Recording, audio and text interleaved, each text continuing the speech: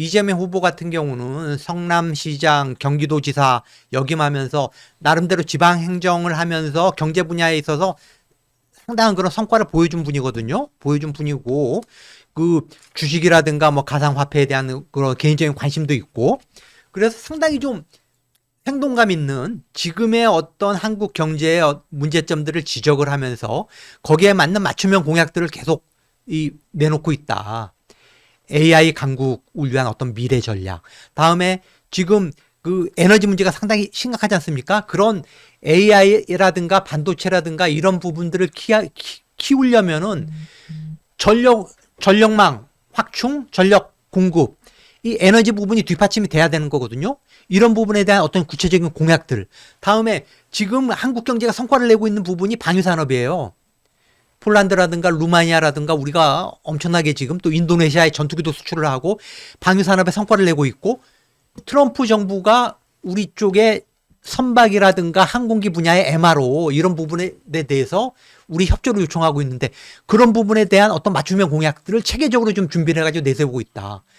이재명 후보는 정말 생동감 있는 지금의 어떤 한국 경제 현실에 맞는 맞춤형 공약들을 내놓고 있다. 이렇게 비교를 해볼 수 있을 것 같습니다. 네, 중간에 말씀하신 인공지능 그리고 암호화폐에 대한 얘기들 생각하니까요. 저희가 준비한 또 그래픽이 있습니다. 암호화폐, 미국의 암호화폐 이 도박 사이트에서 지금 한국의 대선에 높은 관심을 보이고 있고요. 뭐 전 세계에서도 이 관심이 높아지고 있는데 그 결과까지 내놓았습니다. 암호화폐 사이트 폴리마켓이라고 하는 예. 사이트에서 한국의 대선 너무 궁금하다면서 이제 도박사들 같이 그렇죠. 이 결과를 내놓았습니다. 예, 그 결과 확률. 보시죠. 예. 네, 폴리마켓에서 내놓은 건데요. 자, 1번 후보 리채명이라고 돼 있습니다. 네, 도박사들은 88%. 8%. 예. 그리고 김문수 후보에 대해서는 8%, 이준석 후보에 대해서 4% 이렇게 평가를 놓고 있습니다. 자, 박인식 평론가님, 예. 해외 도박 사이트 요즘 암호화폐 굉장히 전 세계 열풍을 일으키고 있고 예. 이 도박사들이 보이는 이 배팅 굉장히 예. 정확한 경우가 많거든요. 예. 이 결과는 어떻게 판단하십니까? 제가 도박하고 가까운 사람은 아니지만 도박에서 돈을 많이 따는 비결은 역배팅이라고 제가 들었는데 4%나 8%에게 이제 돈을 걸어야 더 많이 먹는 게임 아니겠습니까? 그렇죠. 근데 뭐 해외 도박사들이 보기에도 국내에서 치러지는 이 조기 대선의 성격이라는 것이 어떤 것인지를 이미 다 규정을 하고 있는 것 같습니다. 내란 이후에 펼쳐지고 윤석열의 파면 이후에 펼쳐지고 있기 때문에 귀책 사유는 어쨌든 보수 계열 정당에게 있다. 특히 콕 집어서 얘기하면 국민의힘에게 있다라고 보는 도박사들마저도 많은 상황이니까 이거는 뭐 실제 승패에 대한 여부 저희가 뭐 아까 여론조사의 향배나 이런 조사 결과를 놓고 보수의 결집을 얘기했지만 승패를 떠나서 분석한 것뿐이다. 승패는 어느 정도 결정이 지어진 선거에서 밴드웨건 효과가 일어나고 있는 것을 이미 다 저 도박사들도 다 알고 있다라고 보고요.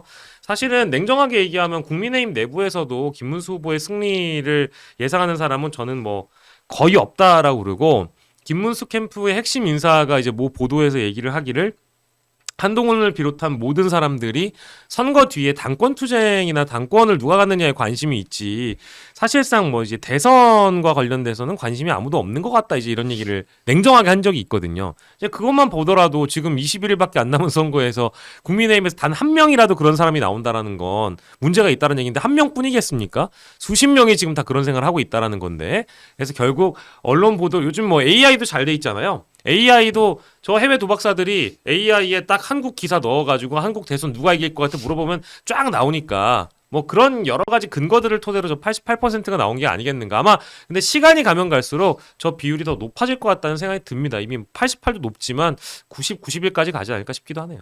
그렇죠. 역배팅을 해야 돈을 벌 수 있지만 그럼에도 불구하고 완전히 가능성이 없는 곳에 역배팅하면 결국은 그 돈을 날리는 것이기 때문에요. 그런 판단할 것 같은데 우리 고재학 대표님 과거 혹시 라스베가스나 마카오 가서 해보셨나요? 저는 라스베가스는 못 가봤고요. 네네. 뉴욕 바로 아래 있는 애틀랜틱 시티. 아 거기도 도박으로 그렇죠. 유명한 곳이죠. 전 애틀랜틱 세계적으로. 시티 네. 뭐 라스베가스보다는 훨씬 규모가 작지만은 거기에서 한번 거기도 유명한 곳이죠. 땡겨본 적이 있습니다. 땡겨보셨군요. 자, 그 감각으로 땡기는 그 느낌으로 한번 저 도박사들의 판단 어떻게 평가하십니까? 저는 뭐 박영식 평론가 말씀에 동의를 하고요. 저게 해외 도박사들이기 때문에 저는 88%가 나왔지. 국내 도박사들을 대상으로 조사를 했으면은 99% 이미 이제 승패는 정해졌다고 봐야죠. 정말 아주 특별한 무슨 변수가 없는 한 이제 21일 남았는데 거의 승패는 확정됐다고 보고요. 사실 뭐 국힘에서 보세요. 한덕수를 왜 내세우려고 그랬나. 그거는 이미 대선에 관심이 없는 거예요. 대선에 자기네들이 이길 수 없다.